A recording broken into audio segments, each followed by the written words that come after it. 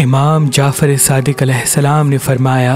कि ठंडे पानी से कभी मत नहाओ, क्योंकि इंसान के जिस्म को ठंडा पानी ज़ईफ़ बना देता है। पर जब गर्म पानी से नहाओ तो ठंडे पानी से पाँव ज़रूर धो लेना, क्योंकि ये अमल इंसान को बीमारियों से महफूज रखता है। याद रखना, मैंने अपने बाबा, उन्होंने अपने बाबा और उन्होंने अल्लाह के रसूल से सुना कि जो इंसान नीम गर्म पानी से नहाता है, अल्लाह उसके जिस्म पे अपना नूर बरसाता है और यूं वो जिस्मानी और रूहानी अमराज से दूर रहता है। और जब भी नहा लो तो अपने जिस्म को सही तरह से खुश्क किया करो, क्योंकि जो इंसान जिस्म को खुश्क किए बगैर लिबास से बेतन करता है तो बीमारियां उसके जिस्म की तरफ बढ़ने लगती हैं और यूं इंसान वक्त से पहले ज़ईफ़ और बीमार होने लगता है।